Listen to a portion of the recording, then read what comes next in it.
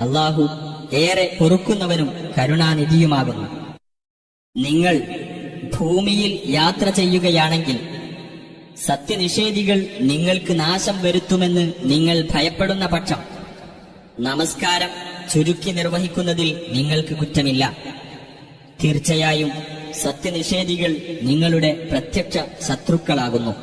നബിയെ, നീ അവരുടെ കൂട്ടത്തിലുണ്ടായിരിക്കുകയും അവർക്ക് നേതൃത്വം നൽകിക്കൊണ്ട് നമസ്കാരം നിർവഹിക്കുകയുമാണെങ്കിൽ അവരിൽ ഒരു വിഭാഗം നിന്റെ കൂടെ നിൽക്കട്ടെ.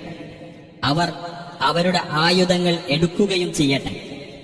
അങ്ങനെ അവർ സുജൂദ് ചെയ്തു കഴിഞ്ഞാൽ അവർ നിങ്ങളുടെ പിന്നിലേക്ക് മാറി നിൽക്കുകയും നമസ്കരിച്ചിട്ടില്ലാത്ത മറ്റേ വിഭാഗം വന്ന് നിന്റെ കൂടെ നമസ്കരിക്കുകയും ചെയ്യട്ടെ.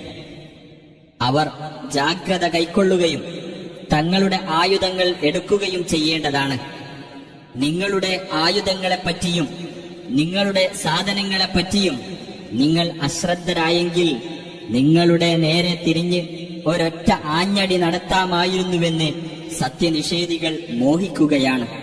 എന്നാൽ മഴ കാരണം നിങ്ങൾക്ക് ശല്യമുണ്ടാകുകയോ നിങ്ങൾ രോഗബാധിതരാവുകയോ ചെയ്താൽ നിങ്ങളുടെ ആയുധങ്ങൾ താഴെ വെക്കുന്നതിന് കുറ്റമില്ല. എന്നാൽ നിങ്ങൾ ജാഗ്രത പുലർത്തുക തന്നെ വേണം.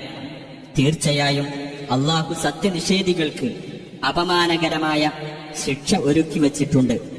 അങ്ങനെ നമസ്കാരം നിർവഹിച്ചു കഴിഞ്ഞാൽ നിങ്ങൾ നിന്നുകൊണ്ടും ഇരുന്നുകൊണ്ടും കിടന്നുകൊണ്ടും അല്ലാഹുവെ ഓർമ്മിക്കുക.